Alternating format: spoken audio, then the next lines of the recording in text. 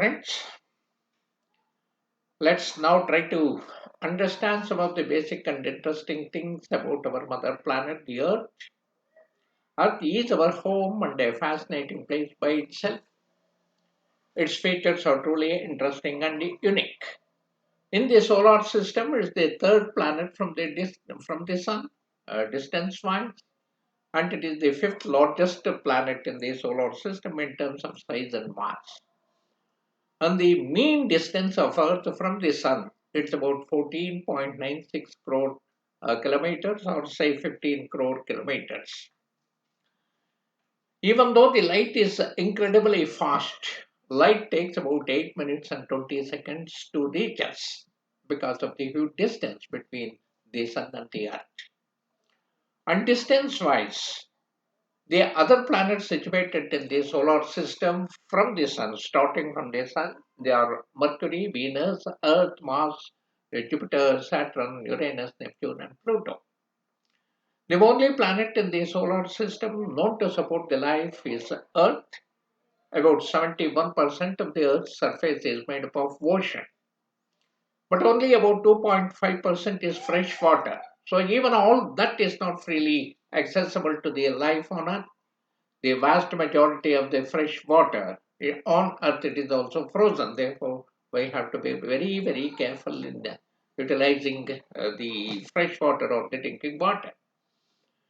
The planet orbits the Sun. That means it revolves around the Sun in a path that is more nearly a circle, and viewed from another planet in the solar system, Earth would appear bright and bluish in color. The Earth makes one revolution or one complete orbit of the Sun in about 365.25 days. The direction of the revolution, it is again the counterclockwise as viewed down from the north, and it is the same direction as the rotation of the Sun. See, Earth also rotates, means it spins about its own axis in the same direction, and the rotation period is nothing but the duration of a sidereal day, that is 23 hours, 56 minutes, and 4 seconds. And it is similar to that of Mars. The Earth's axis it is tilted, means it is inclined by 23.44 degrees to its orbital plane, which results in greater heating and more hours of daylight in one hemisphere or the other over the course of a year. And it is also responsible for the cyclic change of seasons. And the Earth's climate, the Earth's atmosphere, it consists mostly of nitrogen and oxygen, and by volume, the dry air in Earth's atmosphere, it's about 78.09% of nitrogen, 20.95% of oxygen, and about 0.93% argon. So the other 0.03% of the greenhouse gases like carbon dioxide, the methane, nitrous oxide, ozone, etc. The water vapor is widely present in the atmosphere and it forms clouds that cover most of the planet. The high oxygen content of the Earth's atmosphere, it is really special. Oxygen is a reactive gas that readily combines with the other chemicals in the atmosphere, in the surface, and in the crust. So it's in fact supplied continuously by the biological processes. Without life, there would be virtually no free oxygen on this earth. So more solar energy is again received by the tropical regions than the polar regions. And it is again redistributed by the atmospheric and the ocean circulation. The shape of the earth is nearly spherical. It is an ellipsoid with an average diameter of 12,742 kilometers, or say 13,000 kilometers, and the circumference of about 40,000 kilometers. And due to Earth's rotation around the Sun, its shape is bulged at the equator and slightly flattened at the poles, resulting in a 43 kilometers difference between its diameter at the equator and at the poles.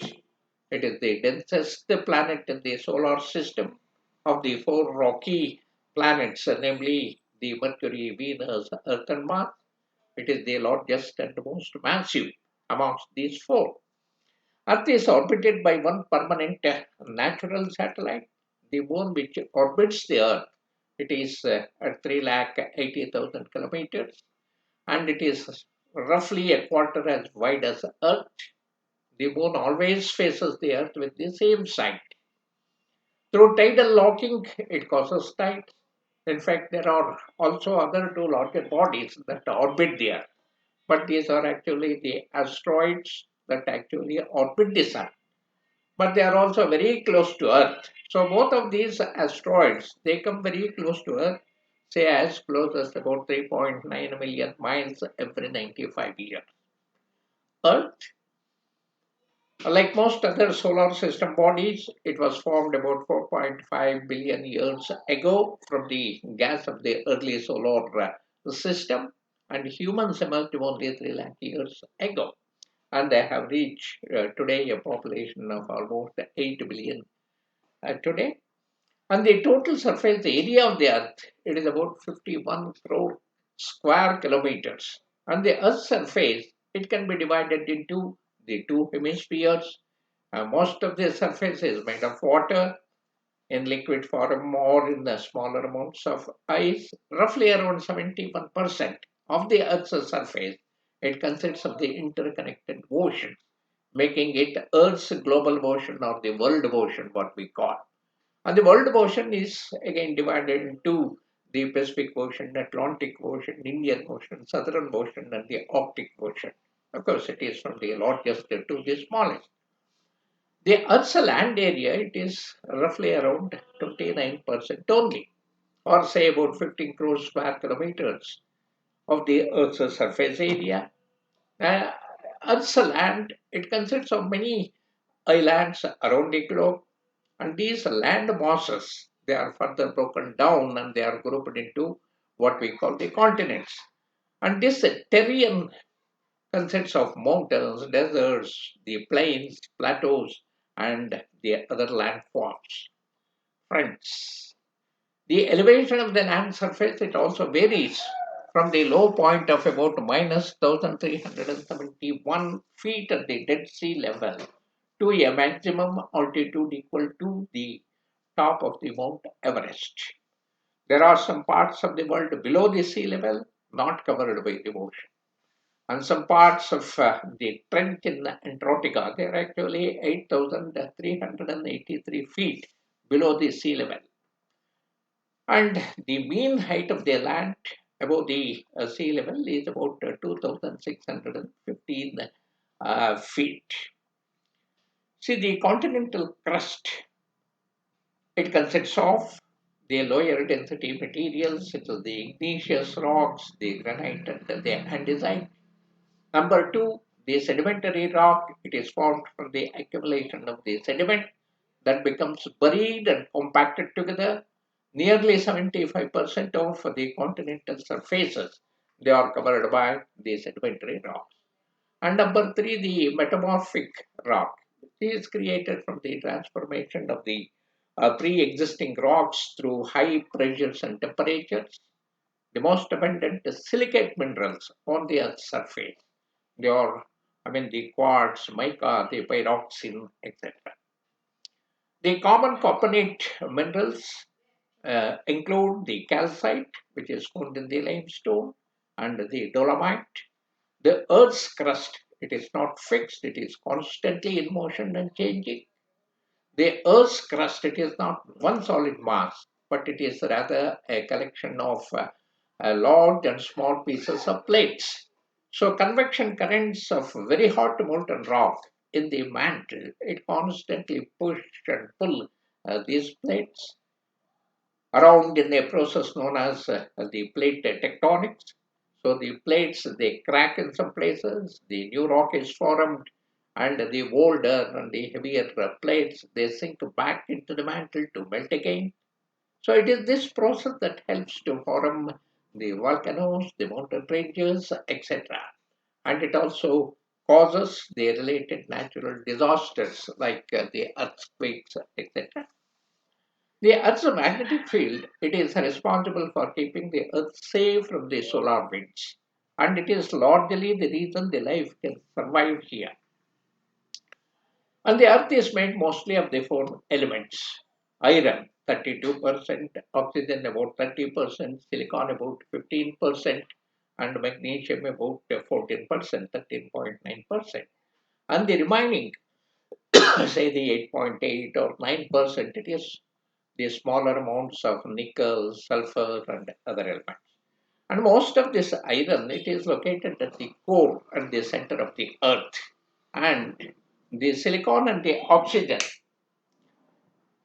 they tend to react and form the silicate, that is silicon oxide or the SiO4, which, if we count it as a single substance, the silicate, then that is the most common element by mass.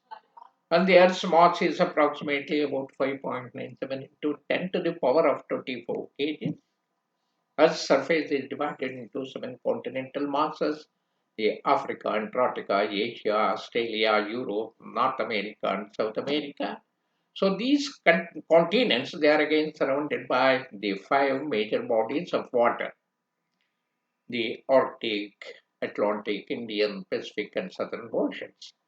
And extending from the interior of the Earth, Earth is divided into number one, the core; two, the mantle; three, the crust, means the rocky surface; and four, the hydrosphere, which is predominantly the oceans; and five, the atmosphere.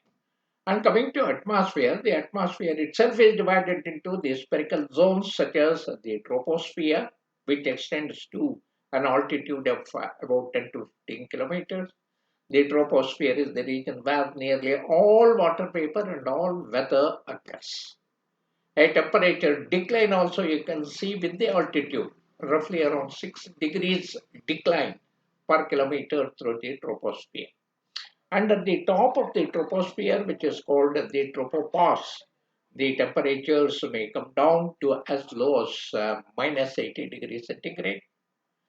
And the stratosphere, that is the dry stratosphere, it lies above the troposphere and it extends to an altitude of about 50 kilometers from the surface of the Earth, where lies the ozone layer that shields the Earth's surface and its organisms against the sun's ultraviolet rays.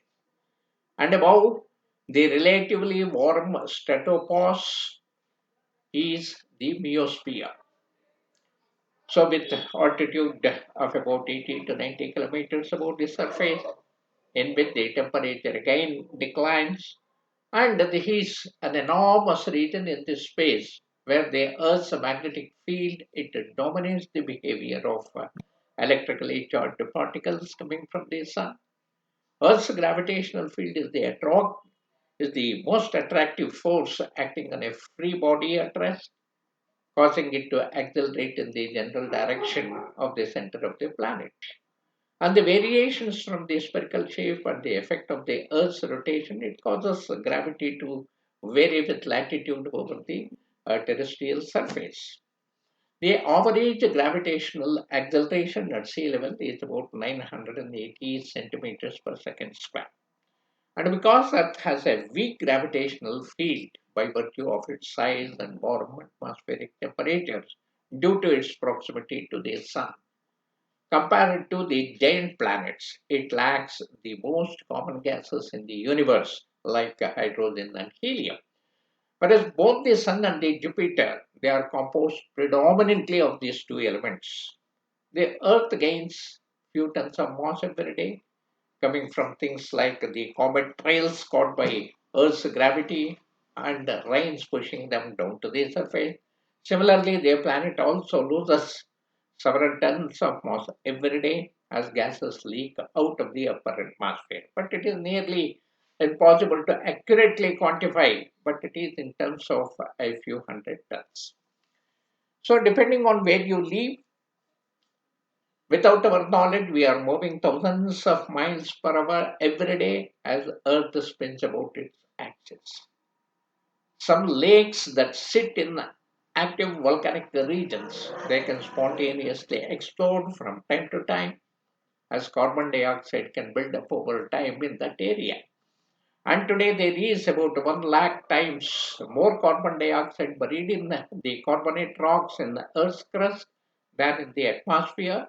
The formation of carbonate shells by the marine life is the principal mechanism for transforming the carbon dioxide to the carbonate.